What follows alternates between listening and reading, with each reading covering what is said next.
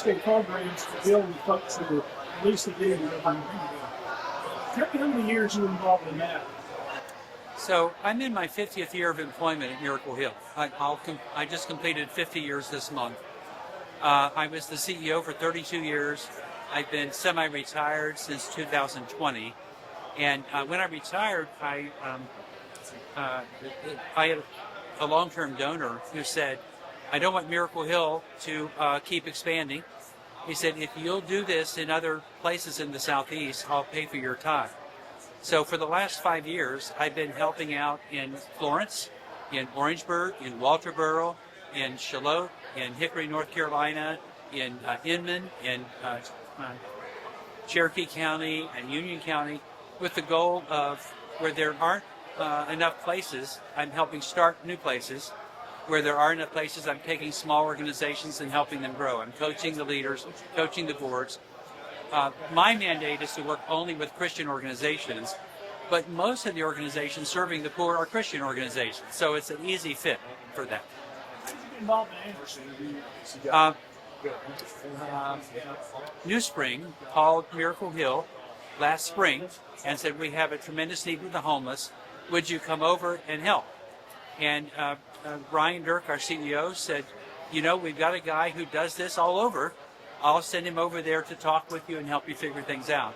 So I've been here since September, coming over 2 or 3 times a month, pulling together a steering committee of people to work on the issue and to do as much research as we can to try to get good comparatives between Anderson and other counties, with the goal of saying, can we agree?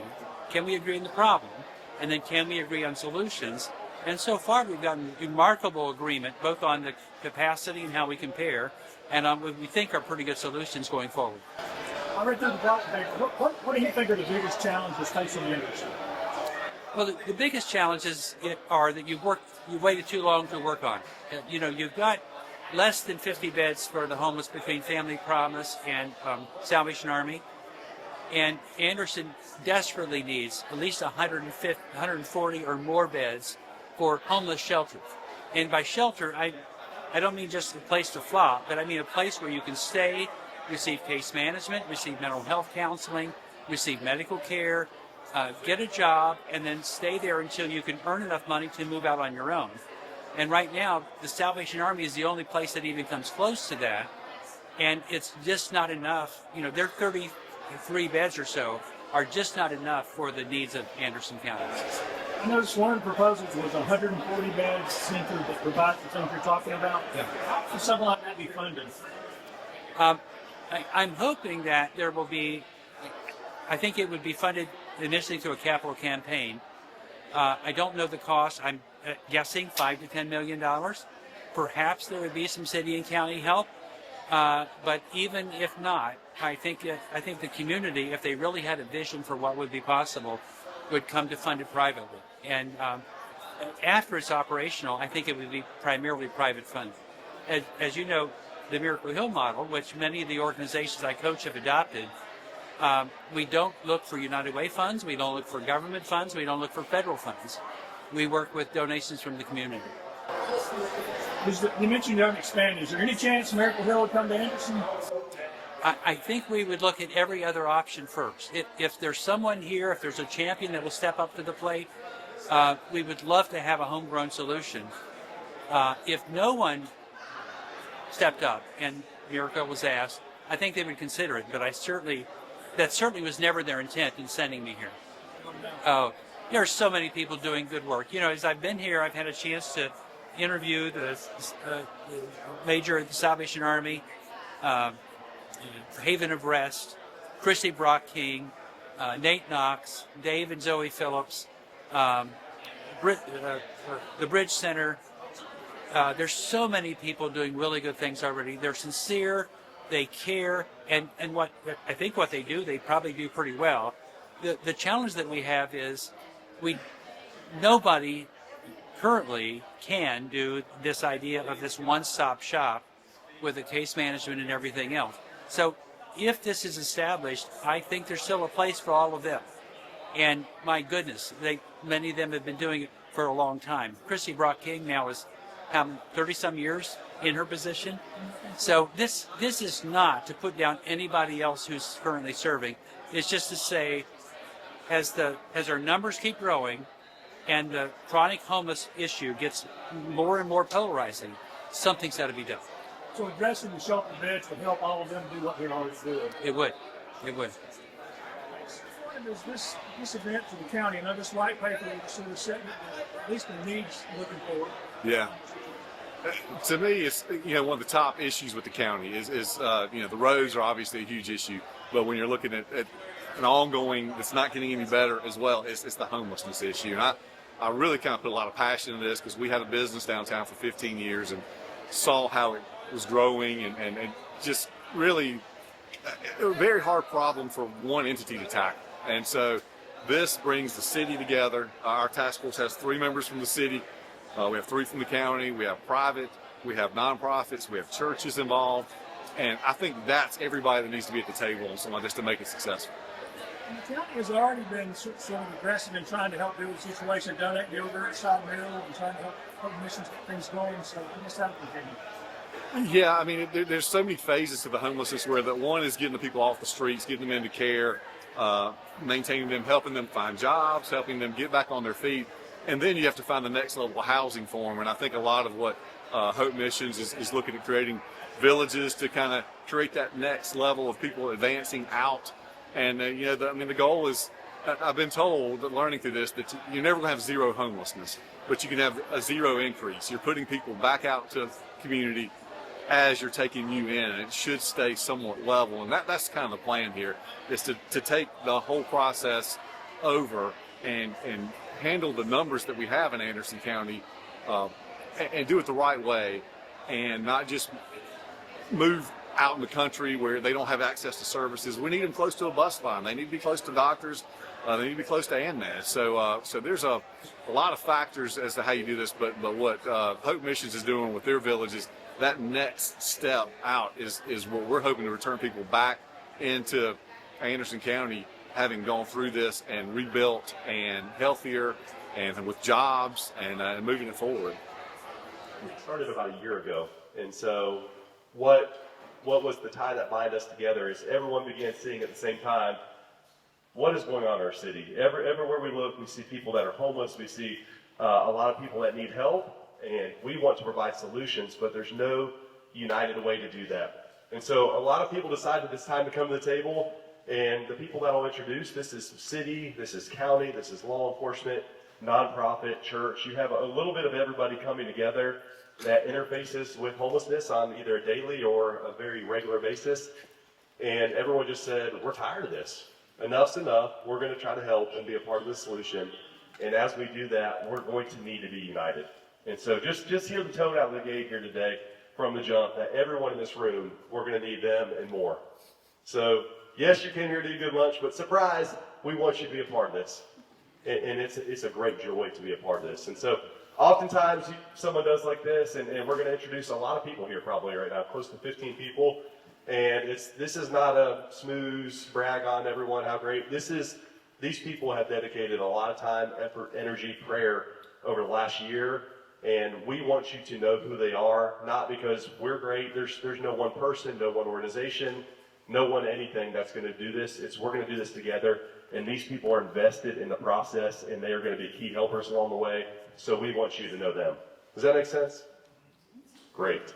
So anytime you blaze a trail into places where you don't really know where you're going and you don't really know what you're doing, what's the first best thing that you can do? That's right. Find someone who does. So the first person I'll introduce today is Reed. Reed Lehman has over 50 years of experience in this world. He's been with Miracle Hill for the bulk of that. And Reed has been a phenomenal friend and leader to us. I would say with full integrity standing here today that we're not in this room sharing this meal together without Reed's leadership. That is 100% true, and Reed's done a phenomenal job. I can't tell you how many times I've called Reed because I'm like, Reed, what do we do now? Just call me like he's done it 1,000 times, walks us through and gets us to the next step and gets us to the next step. And he literally has the heart for this. He's not just an expert, has all the head knowledge. He has the heart dedication to this, and he's devoted his life to it. So that's somebody who's worth following in my book. And so Reed, thank you for your leadership of our group. It's been invaluable, and we're grateful for how you've invested in us, and we couldn't thank you enough. I mean that. And so as I go through the list here, several folks couldn't make it, and some were here and had to leave a little bit early, but just give a nod so everyone can see you. The first folks I'm going to start off with, because they were key in the data of this, is Dave and Zoe. A lot of you know Dave and Zoe from Hope Mission. They had to leave. Zoe's mom lives in Canada, and they're going up to visit her. So they were here for a short while and left. But if any of you know Dave and Zoe and Hope Mission, they have a heart for this as well. Like, they have invested their lives, their blood, their sweat, their tears, long nights. And Zoe is very meticulous in data. And so the papers that you're looking at here today, this is a lot of what today is about. It's been in draft form for the last year. And today, they're as clean as they are today, but it was like, we've been at this a year, it's time to go public. And so much of the data that you see in the white papers that are in front of you came from Dave and Zoe. And so again, this is not the end all be all, it's not a completed project. We're just completed with this season, and we're starting a new season, and this new season is called Press Go. Now we're gonna get activated and start moving. And a lot of what you'll see in those papers are recommendations for us and our city, ways that we can get involved, solutions that are in place. And that's what we're going to get activated and press go on. And Dave and Zoe have played a huge part in that, so I want to thank them. Our city has been an important part of this. Beth, give everybody a wave here. Beth Batson, everybody. If you know Beth personally, Beth is the kind of gal that you want on your team. So Beth is tenacious about our city. She loves it deeply, and I won't steal a whole lot of her thunder because you're going to get to hear from her today. So many of us will present. No one person's going to stand up here with the microphone for a long time today. A lot of us are going to contribute, and those that are contributing, I'll just give a brief welcome. So, Beth, thank you for all you've done. And Chief, of course, Chief timed that. There he is back there in the corner. Hey, Chief. I want to say this because I say, Chief, I've known you probably the last 2 or 3 years, getting to do a lot more and more outreach, and we are extremely blessed as a community to have Chief leading the way with our law enforcement in the city.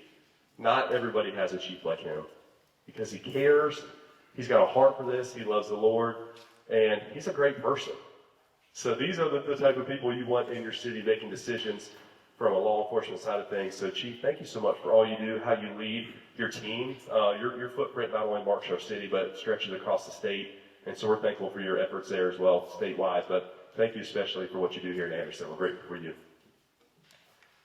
Okay, our county as well. Our 2 county representatives were not able to make it here today, but they'll be familiar to you guys. And Rusty, a lot of you guys know Rusty Burns, and also Sheriff Chad McBride. So they both have been an integral part of this process and will continue to be moving forward. They are all in, they're about it, and their efforts as well have combined to bring about some changes already that we're seeing in real time come to play, that they have said, we're going to make these changes to make our city, to make our county better, and it's been noticed, and we're thankful for their efforts as well.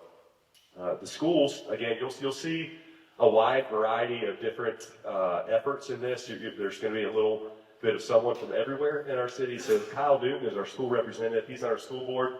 And has anybody in here ever been to a school board meeting? A handful of us. My wife is an educator. She's a teacher. She does intervention at Holland Park.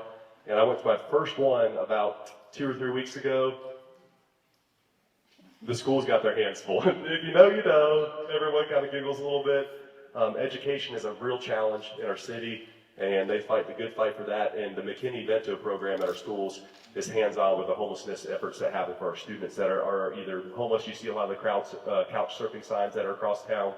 They're responsible for the efforts to make that happen so that kids can have a safe, stable place to learn and call home. So big props to them for that. Chris Sullivan, Chris here, our table here. Chris is from our county council. He's fairly new to that, and we'll hear about his journey that he took recently and learn more about this endeavor here shortly. So, Chris, I won't toot your horn too much now, but thankful for your efforts, your friendship, man. You're just a great guy to be around. You add value everywhere you're at, so thank you for what you do there. Our medical folks, Michael Cunningham, right over here from AmMed. Huge part of the efforts here. A lot of the data you see in here from AmMed came straight from Michael and his team in their office of putting together what it costs for someone to be in the hospital on a given day, and a lot of the metrics that go alongside that, because they're very much in the thick of things here when it comes to homelessness, and they see it on a day-in-day basis. They truly do deeply care about this and want to provide the best medical solutions as possible. So again, much like I said about Chief and law enforcement, we're grateful in Anderson to have AMED. AMED is a great organization. We stand behind y'all. We're very grateful for your efforts towards this. And Mike, I want to just say thank you for that. And Dr. Bill, who opened, he has been kind of he's our chief expert in all things. So we're thankful, Bill, that you have us here. You've got 50, I'm guessing, years of experience in the medical field, and we're just grateful for all that you add to our team. You make us better, and we're thankful for your years of medical experience and life experience that have aided us in this process. So thank you for that. And then Greg Shore, Greg, where you at? There's Greg. Greg, thankful for you as well. Greg's a newer addition. He came on maybe 6 months ago, I guess, and the same thing I've said about Michael and Bill, I can say about you. You've been a huge addition, and we're thankful for your contributions. Lastly here, our nonprofits, Kevin, there's Kevin from United Way. We're really thankful. About the same time frame as Greg coming on and just providing, they're going to provide a landing place for these white papers to live digitally, and also just your day in, day out efforts at United Way. Anderson's better because of it, and we're thankful to have you on the team. And I know you're new to the role. You're coming on the heels of Carol, which is no easy task, but you've done it beautifully. We're grateful for your service and how you do this. And certainly in the nonprofit world, as I mentioned Dave and Zoe earlier, we can't, I'd be remiss if I didn't introduce my friend Nate Knox. Nate's my running buddy. He's a little bit of a trouble buddy. Not that we actually run together, but we're slinging tables out in here. You'll note that we don't have the most luxurious tablecloths. That's because Nate and I organized the room and planned that. Details are not our strong suit, but we get by and we get a lot of laughs while we're doing it. And anytime you go to a lot project, you see a lot of people being fed that would not eat if it weren't for the efforts of Lot Project. Lot stands for Least of These. Nate spearheads that charge with our director, does it phenomenally. Nate, we're really grateful for how you serve our city, and I get to work with Nate's wife. She's probably his better half, and Carly's amazing as well. So we're just grateful that we get to do ministry in the city together, man. It's a great family effort. We live 0.2 miles apart, and thankful for your friendship, Nate. And last but not least, just how we fit into things here. My name's Tom Herron. I should probably have done that first potentially, but I serve at New Spring Church as an outreach director, and also my direct, Alan Koffler, who's our campus pastor. He's been very involved in this process as well. We're thankful just to play a support role. We're not trying to overstep. We're not experts in this field. We just want to support and be kind of a spiritual helper, a support, whatever's needed, something like this. Yes, we can help and make these kind of things happen. So that's why we're here. I feel very humbled and grateful. I don't know if I've stuck on too many projects. I've been full-time at church almost 20 years now. Very few of them I stick for a year because it moves so fast. You're onto this thing and the next thing.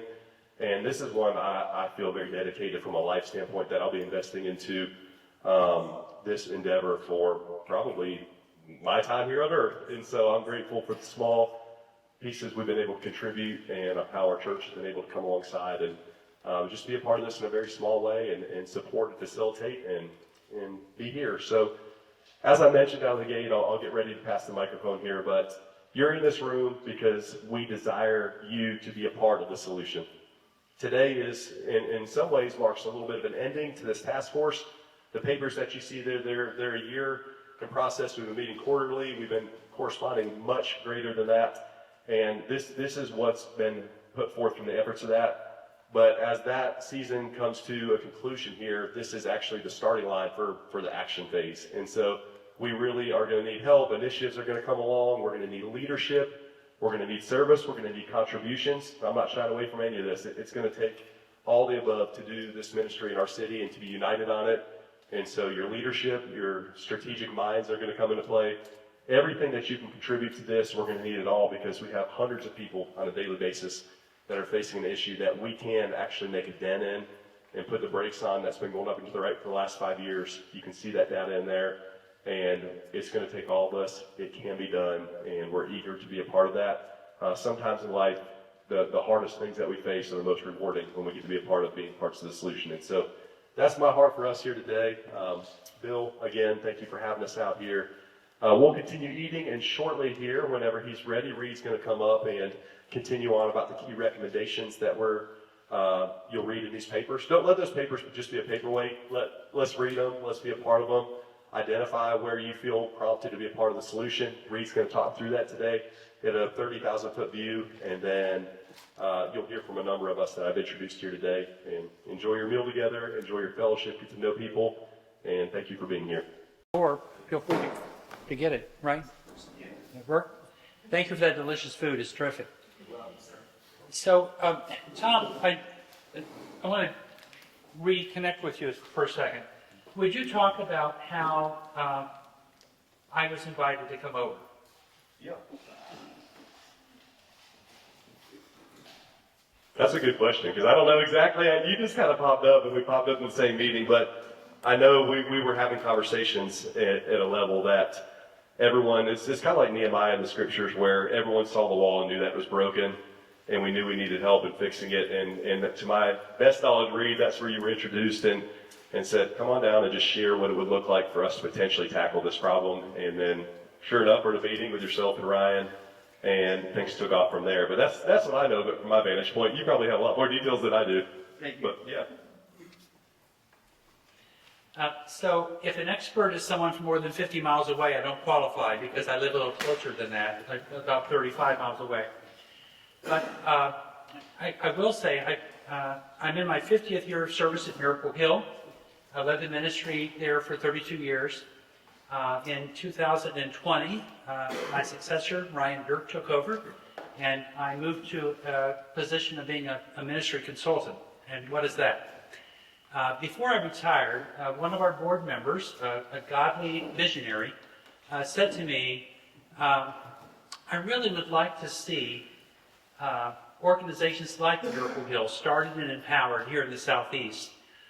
As you're retiring, if you would consider doing that with your time, I'll pay for it. And my friend, Mr. Ligon, passed away at the age of 100, 18 months ago, and he left money in his estate for me to do this for the next 5 years. So the reason I asked to retire from Miracle Hill was because I wanted to do that. I wanted to do that mentoring, that consulting, that encouraging of others, and building up of other ministries. And I had the privilege of going to Walterboro and Orangeburg and Greenwood and Charlotte, North Carolina, Hickory, North Carolina, Inman, Union, and other places. And when I go, it doesn't cost them anything. Not for my time, not for my travel. If I have to stay overnight, it's all at the expense of the grant that Miracle Hill received for me to do this. And in the last 2 years, organizations that I've been coaching have added another 130 beds to serve the homeless, permanent beds, shelter beds that will, either shelter beds or addiction recovery beds that will, as far as we know, last a long time and really help the communities they're in. So I love doing this. And so when New Spring reached out to Ryan Dirk to say, can Miracle Hill help with our situation in Anderson, Ryan said, let me see if Reed can come over. So I began coming in September, and Tom helped me sort of put a group together. And initially it was a group primarily of social service providers. And we just got together and said, what can you do? What are your capacities? What does it look like? What are the needs? Sort of a SWOT analysis. And as we got the data, we realized that the social service providers could only take it so far. And so then we made a very deliberate attempt to bring in other community leaders, city council, county council, people from other disciplines. And I've been very pleased with the group that has worked together. And I think other people could have done it. I'm glad these guys stepped forth to do it. But as we've been working together, we've been not only thinking about what's the problem, but how can we solve it. And I think there was an attitude as we were getting started that you have to choose between being compassionate to the homeless or having a safe and vibrant economic downtown. And I don't think you have to choose. I really think you can have both. And in fact, I think the chance of having a safe and vibrant economic downtown is going to be enhanced if you have the right kind of homeless services. Many of you have not read a book called Toxic Charity by a guy named Robert Lupton. If you haven't, I urge you to do so. Because part of the problem that we've seen as time has gone by is that well-meaning people who care have done things that have unintentionally made the problem worse or unintentionally kept people from getting help that they needed to get help. So it's not just whether you're sincere, that's really important, but can you, as you work to help, work to care about people, work to serve them, understand what kind of services will empower them to someday be self-sufficient, and what kind of services will keep them dependent or homeless or not giving them an incentive not to move forward. And so the solutions we're talking about, I think, is understanding we've got to do both. Anderson, the city of Anderson and the businesses in Anderson need a safe environment to operate. When citizens shop at those businesses, they need to feel safe.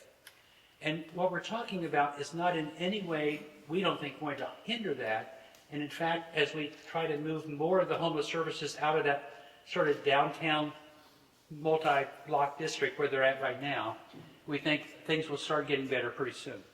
So we're proposing to move the cold weather shelter that Dave and Zoe provide further away.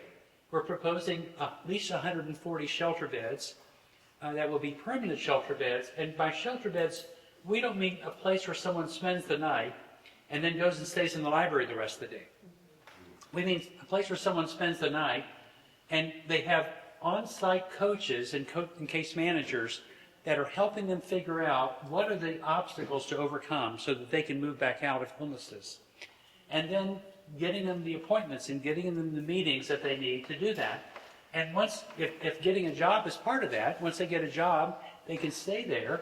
After a couple of weeks, they'll start paying a modest rent, but they can wait and move out until they've got money saved up to be able to move out. We're also aware that shelters don't work unless there are shelter exits. That is, if you can't afford anything after the shelter, then you go to a cheap motel, and that's filled with crime and filled with temptation and filled with alcohol and drugs, and it's going to be really hard for you to keep the promises you've made to yourself and maybe to God and your family. So we want a healthy place for shelter exits, and Dave and Zoe Phillips, Dave Phillips and Zoe, Dave and Zoe, have committed that they're going to work really hard on transitional housing so that we have a good transitional system going on for people to get out of shelter.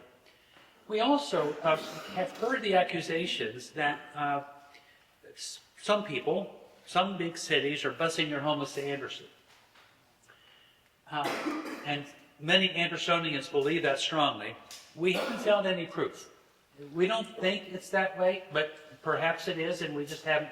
If we can find proof, we think we can do the media coverage and the embarrassment to get it stopped. But whether it is or not, what we do know is that often there are people trapped in homelessness in Anderson that actually could go somewhere else and thrive. There'd be a family member that would take them in. There would be a relative somewhere else that would say, if you send them my way, they can stay with us.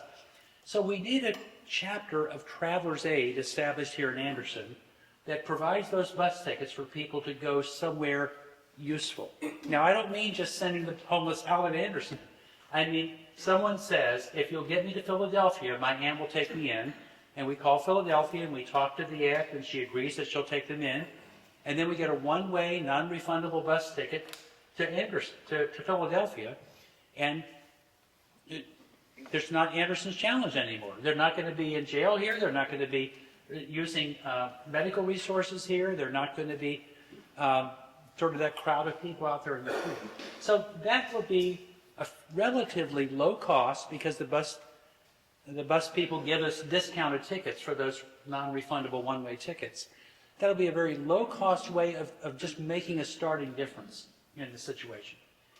And as a part of what we're doing, we're going to be asking many of the well-meaning church groups that maybe just come and do a public feeding in a parking lot somewhere to consider redirecting their energy so that they're not contributing to the trash and the debris and to the congregating, and see if we can't do both more mentoring and one-on-one work and more support of whoever steps forth to do the shelter.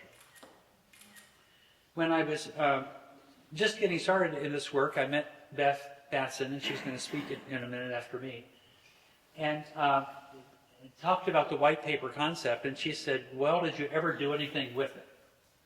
We did a white paper in Greenville about 10 years ago, and it was the first time that we'd come together as a social service system to agree on what was next for the homeless there.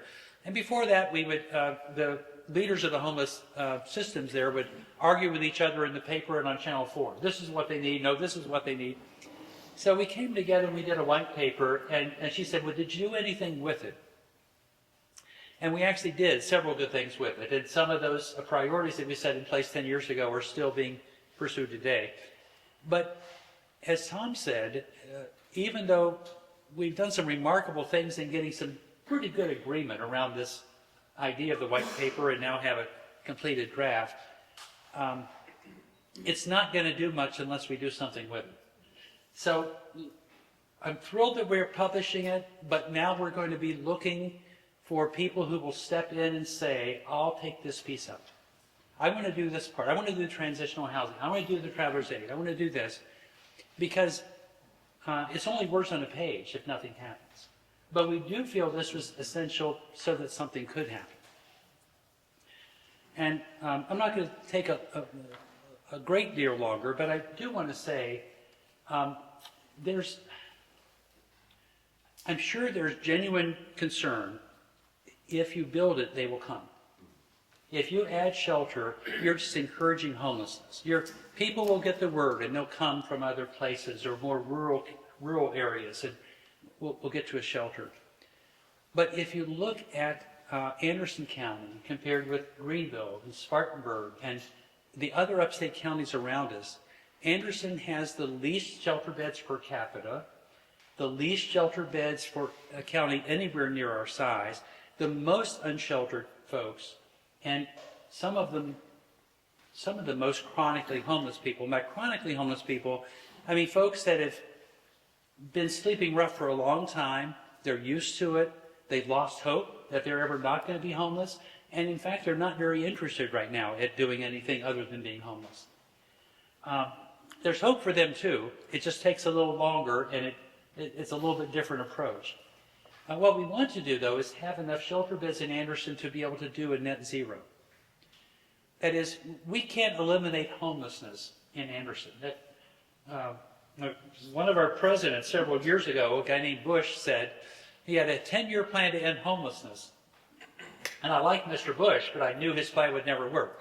We'll never end homelessness.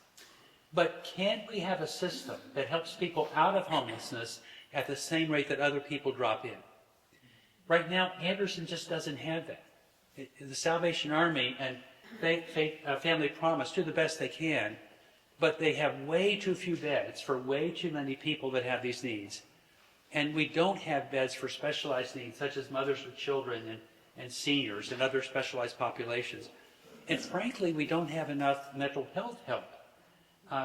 When you look at the homeless, usually about 60% of them are addicted in one form or another, and about 40% of them are mentally ill. And some of them are both. So I know that you could quickly get over 100%.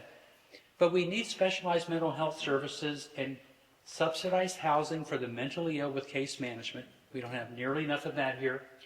We also, thankfully, we're blessed with strong addiction recovery ministries in Anderson, and we don't recommend that there are any more of those. We think the ones that are here now are doing a fine job. And we think that it's more than enough to meet Anderson's needs. What we will do is to challenge them to say, if you bring somebody from out of town to go through your addiction recovery, be sure you have a bus ticket to send them on their way if they decide to drop out. Don't leave your addiction recovery ministry and then come and contribute to Anderson's downtown challenges. So those are some of the things that are in the paper that we're talking about and thinking about. When we did our public hearing about a month and a half ago, one of the folks said, you haven't shown us whether homelessness has grown or not grown. It feels like it's grown a lot. We weren't ignoring that question. We just didn't have the data because the United Housing Connections, which keeps that data for the upstate, had lost some of that data. Well, they found it since, and we put a chart in the current version of the paper that tells you how the homelessness has changed over the last 7 or 8 years. We also only worked with 2024 data, and just this week before the paper came out, we got the 2025 data.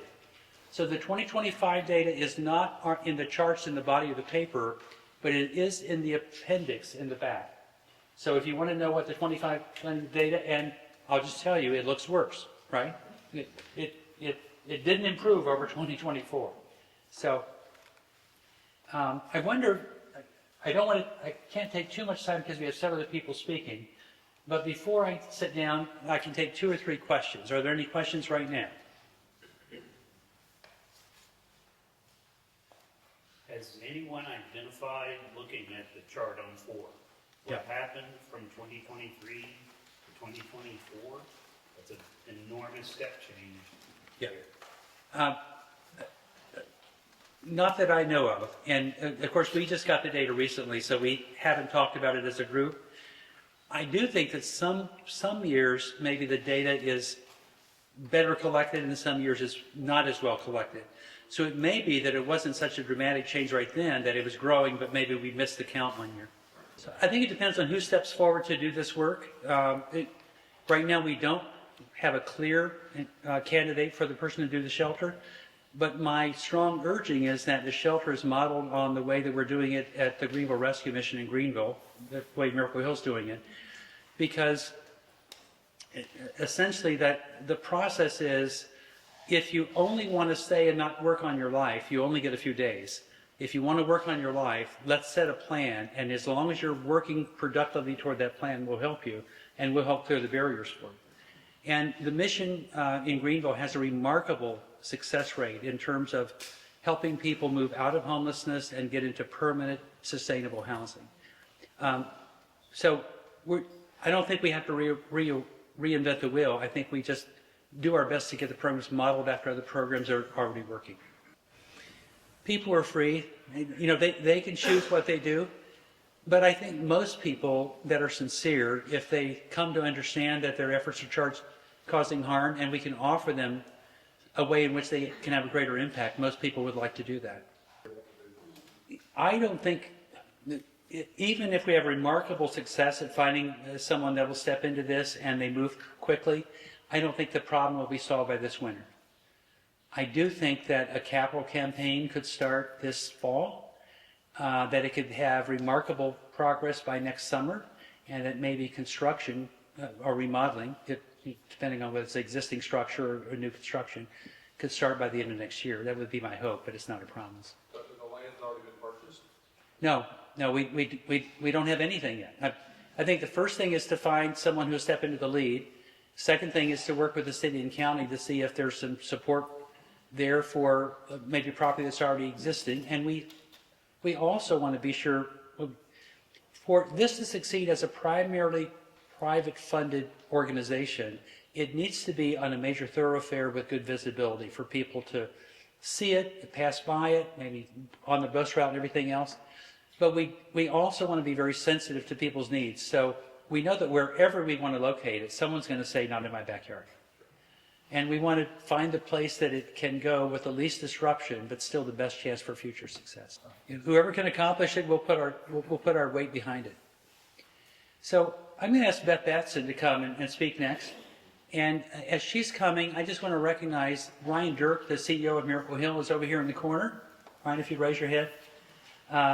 He took my place at Miracle Hill, and I'm so grateful that he is. He's doing a great job. But he's here today to support my 9 months of work, and just to let you know that Miracle Hill cares about what you're going through, and we're all praying that God will bring the right solution for you. Thank you, really, and thanks again on behalf of our whole community for the leadership that you have brought to us. Can you hear me? Okay.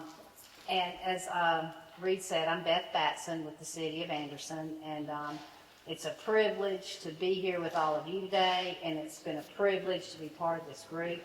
I know that many of you would think, really? I mean, y'all, this is one of the gnarliest problems, not only facing our community, but facing the whole country. Who wants to go do that? And who wants to be a target? So I want to say a big thank you for especially Tom and his leadership for stepping up, and Reed and the other people that came to do this, that were willing to make themselves targets. Because I assure you, we have been. Also, before I make a couple remarks, I did want to recognize my great and wonderful Mayor, Terrence Roberts. Thank you for being here. Y'all know I call him my mayor, and I have friends that say, that can't be my mayor too. Why is he your mayor? But we appreciate the time and the resources and the energy that the mayor and our other city council members have given us to enable us to be a part of this. And when I say us, I mean me and Chief Stewart. That they have allowed us to be part of this. I want to tell y'all three things. I want to tell you a little bit what it was like, and I've only got 5 minutes, so don't start worrying. I want to tell you a little bit what it's like to be on the task force. I want to give you a headline on specific things the city has already done, and I want to talk about going forward. Being on the task force, I think we've used words like grassroots and organic. A lot of it was like that. And if you've ever studied or understood group dynamics, you might be familiar with the concept I'm going to share. And I was familiar with it, and I sort of watched it happen. And now looking back, I'm sure my colleagues on the task force will tell you. What happened with the group was this. It is textbook group dynamics. Forming, storming, norming. And I want to make sure everybody in this room knows that we did the storming part, okay? We came together, we formed, right? The storming part is when you start to say, they busting them in from other places, and if you didn't just feed them breakfast, they'd never come back. If y'all would arrest them, we don't have enough cops. It's because of this, it's because of that. And we had those conversations, I guarantee you. Everything that you're thinking, and I can't run a business because it's not a safe environment. Everything. We said it all. There's your storming. And I won't say we didn't hold anything back, because I know I personally held a few things back, because you can't just say everything. Then we get to the norming, which is where you start to realize everyone else's skill set and what they truly can bring to the table. How we have something in common. We have our community's best interests at heart, whatever that means to us personally. We have that in common, and we have different skill sets around the table to address it. Then, you know what comes after forming, storming, norming? Anybody? Performing. Okay, we'll talk about that in a minute. Because I know that's some of what y'all have come here to hear about. Well, I'm just going to tell you this part right now. My husband, some of y'all know, was a journalist for 40 years. And I did this whole little spiel for him last night. Got to the end, he said, well, if you're worried about, what somebody might ask you, I would ask you, how are you doing? How are you performing? I said, about what? About what you're trying to do. I said, well, I would say Reed speaks for the group. That'd be my answer. But the answer is, how are we performing? We have performed. It was our goal to set out the problem, find the gaps, and offer some solutions. So toward that end, our goal was the paper you see in front of you. As Reed outlined, there's more, but that was our goal. I want to tell you about what our city has done for our community. A lot of us use the term city interchangeable with community, with county, with everything else. I want to assure you that this group took into consideration the county and other municipalities in the county. It happens that the urban core is the city of Anderson, so I guess we kind of get mentioned the most. All right, we've put so much money behind this, y'all. It is no doubt that it has grown. I don't have to see any numbers. Y'all don't have to see any official numbers to know anecdotally we got more homeless people in our urban core than we had 5 years ago. One of the ways the city can document that is calls for service. We don't talk a lot about that, y'all, because we don't want to point fingers, but I can tell you the calls for service within one block area of our downtown have gone up exponentially in the last 5 years. 3 like that. Chief can tell you. Calls for service, that's what we can document. And I have that information. We're trying to get away from this finger pointing stuff. We're just telling you, yep. And here's what we've done. We've spent $750,000 to get a new subzone of 4 officers just for downtown. Those of you, I know there's 2 or 3 merchants here and people that are representing merchants. We've done that. We're not just talking about it at the city. And that's something that we could do last year, while we're waiting on solutions and while we're waiting on land and other things. So I want you to know that the city, we're taking it very seriously. And again, people in this room know that I've been there to see you at your place of business. I can take with me people from the chief's command staff. We go, we help, we listen, we do the best we can to help. I don't know of any other city that's as responsive as we are to merchant complaints. Can we fix it on up? But we'll bring our officers down there, they'll do a security walkthrough, things that could cost you money. So we have been doing those things as best as we can. And that's thanks to the leadership of the mayor and the council and the police chief and the things that they've done. What are we doing going forward? We need everyone's help. As everybody that's been up here is saying, there's going to have to be money. There's going to have to be some different leadership. There's going to have to be a commitment to make our urban core, not the center of the help core, okay? And there's going to have to be. This is the key gap. And I knew this when we started, and it was wonderful to see us come together as a group and figure it out. But the gap is we do not have a program with a beginning and a middle and an end. We don't have a program that makes people accountable. We don't have a program that moves people ahead. And that's what we got to have. So that's the biggest hope going forward. Thank you so much. And I believe next up is my county colleague, Chris Feldman.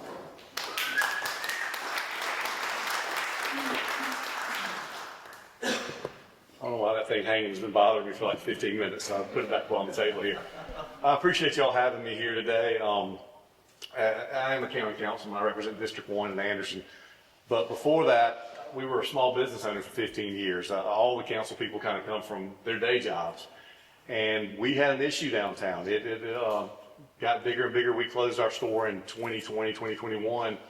And it was a constant deal of getting the city down to put trespass notice on certain people that were coming to our stores to use our restrooms, touch everything in the store, stay warm, stay cool. So it became a personal thing with me when I decided to run for this office a year and a half ago. The homeless issue was a very big deal on my plate to tackle. And I found out the more and more I learned about it, the more complicated it got. This is layers upon layers, and it's so many different things that are undermining this whole process. So I started working with Dave and Zoe, trying to learn more about what they were going through, what they were offering, what they were providing, and just get deeper into how great our city provides so many services independently of itself. I mean, what Nate does, what all the nonprofits are doing in this town. We have the best group of people. Like if you're in Anderson, you will get taken care of some way or the other. If you want to be taken care of, the support is there. City, county, it's an amazing place to live, I think. But I kept getting deeper in it, and then I got on this task force and became the county council representative on the task force.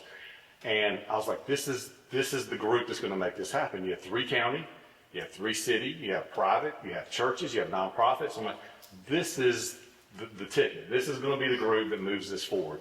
Because on the county side of stuff, we can't do it all. The city can't do it all. I had a great meeting with Mayor Roberts a few months ago.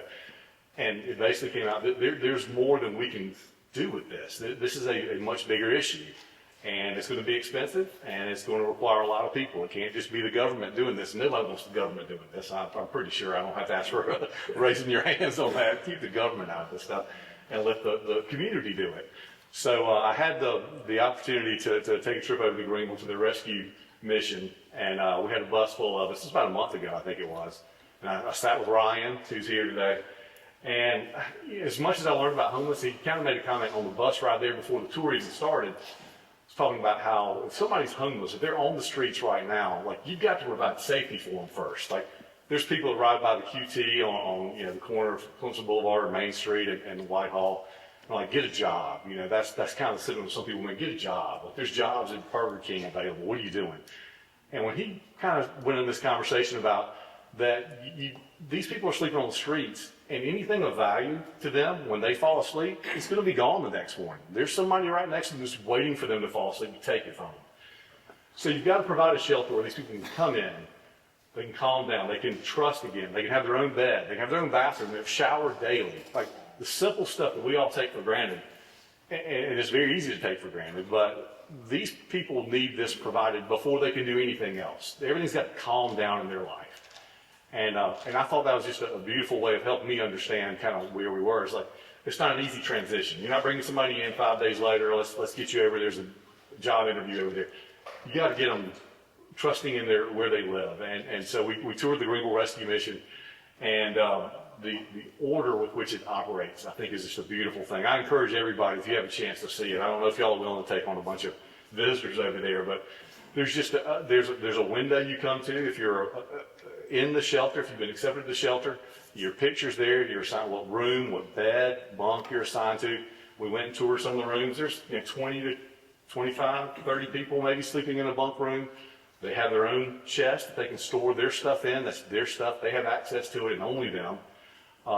And that just starts the process of healing and bringing these people back. You can't just treat them like a commodity. They're people. They have different issues. So you get there, you get the showers, you get 3 meals a day. What I love is that they'll have restaurants call kind of through either in the afternoon or the evening saying, hey, we've got extra. We've got more stuff than we needed today. We don't have a use for it. Can we bring it to you? So they'll change the menu on the spot. And they're like, all right, we're not having this, we're having this. We had leftover pizza from a place. We're having pizza tonight, and some other options. There's always healthy options on there. But you kind of see the whole continuum and the holistic approach that you want people to kind of live on their own. And you have case managers where they're making their doctor's visits. They're actually being taken care of. Somebody's looking after them, making sure you're keeping your appointments. Once you get past that point, you need to be interviewing for jobs. Like we can help you with that. I mean, you need to, a lot of people, I've seen in some towns where they want to move the homeless issue out. Like, let's put them out in the country. Well, they've got to have access to transportation. There's got to be a bus system involved. There's some way to get to a doctor's office. These people need things, and you can't put them out. It just makes it worse.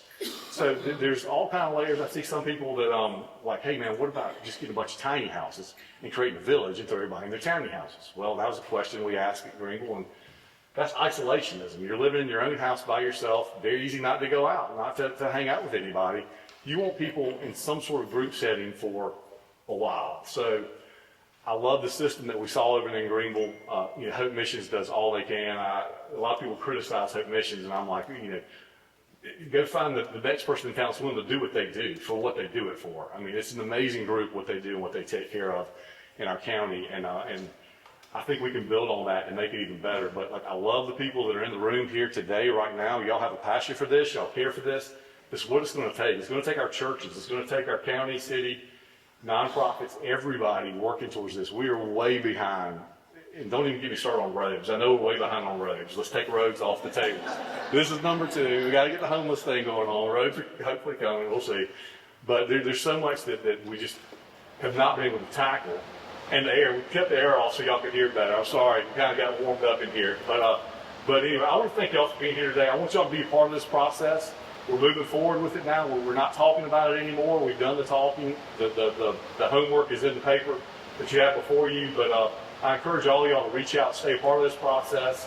I think it's going to be an exciting thing for Anderson County. I think we're going in the right place, and we're going in the right place quickly, in my terms. But I'm excited about it. And at this time, we'll call Michael Cunningham for ManMed to say a few words as well. So, Michael.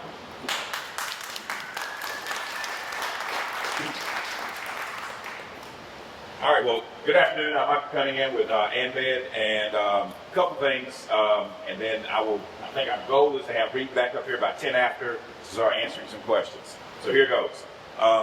First, on behalf of our CEO, William Kinley, and our Board of Trustees, we endorse the findings of this white paper. We think that it is great research and great recommendations. So that's the first thing. The second thing is we want to share with you our commitment to remain engaged. And as this group learns, as this community learns, we want to be at the table to also learn and understand what are our legitimate pathways to be supportive of this effort, what that looks like, what it looks like in other communities, and how we can remain engaged and involved. So I offer you that commitment. And then the third thing, so the third thing is to, at least in our internal conversations, and this is what we're doing more and more, we've always done that, but here's what we're going to continue to do. As opposed to looking at this as an issue, as a challenge, we will commit to looking at this as circumstances that our neighbors and friends are in. So it's not a homelessness issue, it's not a homelessness challenge. It is a set of circumstances that our neighbors and friends are in. And in healthcare, we look at it like that because we understand that we're blessed with an awesome opportunity to care for the people that we live around every day. And oftentimes when they're in their most challenging set of circumstances. And so that's what we will commit to do. So thank you for the people who have been involved. We, again, pledge ourselves to stay involved and stay engaged and look forward to the great solutions that we as a community are going to come up with for our other community members who are experiencing challenging situations. So with that, I will turn it back over to Reed to continue to answer questions.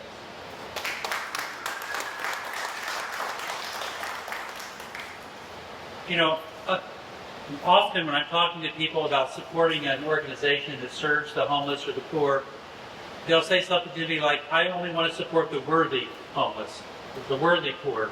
If they did it to themselves, I don't want to be a part of that. You know, in Matthew 25:35, when God says, I was a stranger and you took me in, I was in prison and you visited me, he doesn't talk about I was innocent in prison, you came to me, I was an innocent stranger who took me in. It doesn't matter how they got there. If they're stuck where they're at and they want a way out, they need help getting out. I also, after many years of working with folks, I remember one of our guests at the rescue mission years ago, 28 years old, and he was making the dumbest decisions. I mean, if it could be said that what was happening to him is his own fault, it would clearly apply to him. But then as I got to learn more of his story, I found out that when he was a child, the people from DSS came to the house and took him away from his mom because he was tied up with a dog collar around his neck and staked under the house with the dogs. And that's how he spent his time. Well, as an adult, he still needs to make good decisions, but if that was his childhood, I can see where the path may take quite a while to get there. I have the privilege of teaching as a volunteer in Miracle Hill's renewal program each month for a couple of hours. And I'm teaching women who are going through a Christ-centered addiction recovery program. And when I hear the stories they share as they share their sort of closing testimony as they finish the program, I weep sometimes to hear what happened to them before they became homeless, before they got on drugs, before they lost it. So I can see another person's heart, but I am with you. If an opportunity is offered and they won't take it, they deserve the same consequences as anybody else. But I do want to be sure that we give them the opportunity. That we give them an opportunity for a better life if they want. And God would not be disappointed in that. I wonder, are there other questions? We promised not to keep it past 1:30, and I think we'll probably end early. But are there other questions or comments that you'd like to make? Aaron in here. All right, so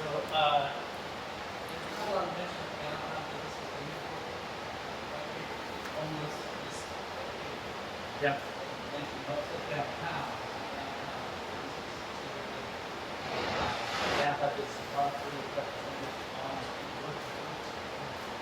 how can we update today's practice? Also, that's some Yeah. but also So, for the rest of you, I don't know if you can hear over the air conditioner, but he said the downtown businesses are not mentioned very much in the paper, and there wasn't a representative on the committee. I will say we issued the invitation late, but we did issue an invitation to the downtown business folks to come and be part of this. I don't think we'll have another edition of the paper. I don't think, for what we believe needs to happen next, this is sort of our final version of the paper. But I do promise you that even though you weren't there, your voice was represented a number of times. And Beth was constantly passing around to our group the videos that were on social media, people defecating on sidewalks and barging into stores and customers feeling unsafe. We know that this will not work unless we can address these concerns of the businesses and business owners. And I promise you we're all going to keep it in mind, and I believe that what we're proposing will make a big difference for you. In terms of not causing further harm, I don't know. It's going to be an educational process about how we can get some of these principles of positive charity into people's hearts and minds, and maybe some local churches would be willing to do some studies on that or something. Yeah.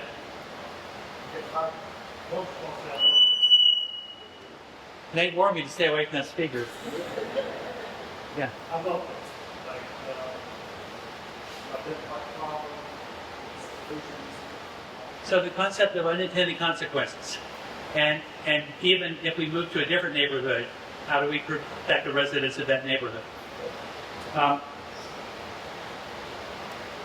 Think well about that.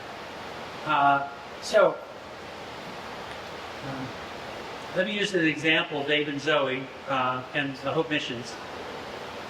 One of the consequences of them keeping people in cold weather is that a group of people have come out all at once on cold mornings and then come across the downtown, and that's been one of those unintended consequences. But just think of how each of you would have felt if the headlines were 5 people froze in Anderson last night. That, often what happens with a especially egregious harm to somebody is that the community does a knee-jerk reaction and does things that make things even worse for the business district. But Dave and Zoe know that that's causing a problem, and they're eager to move. And we.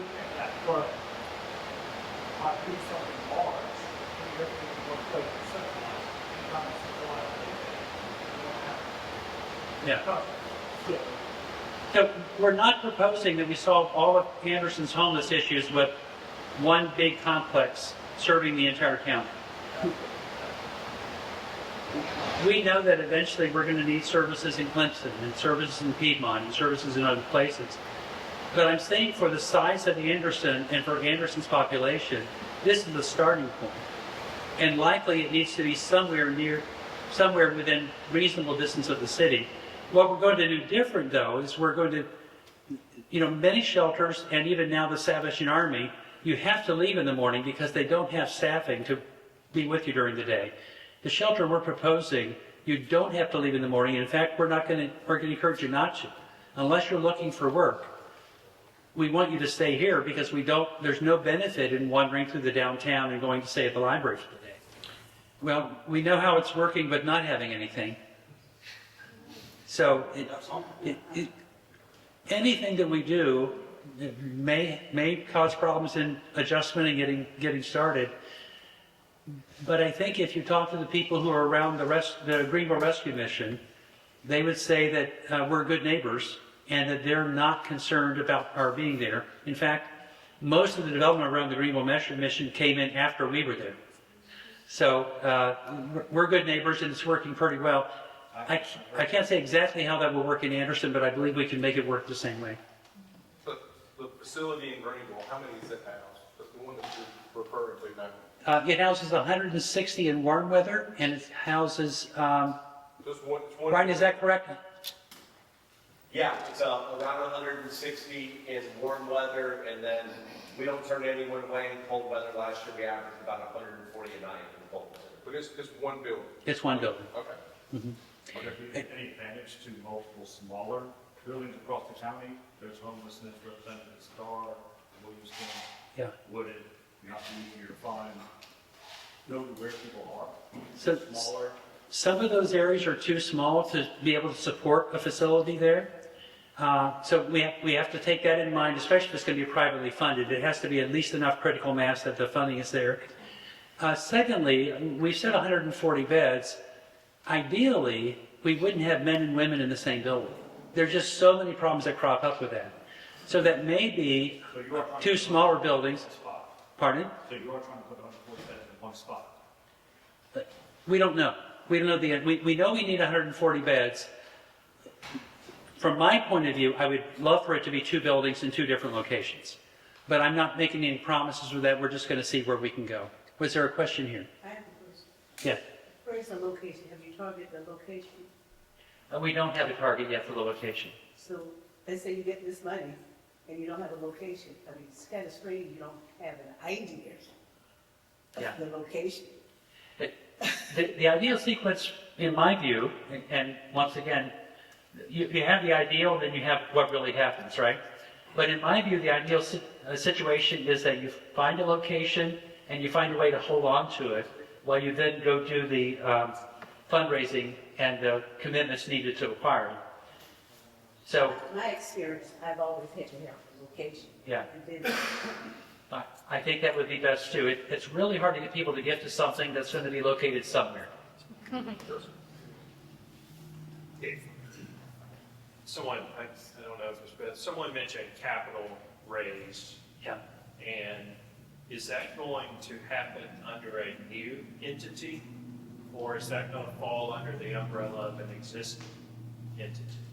We're open. We're open.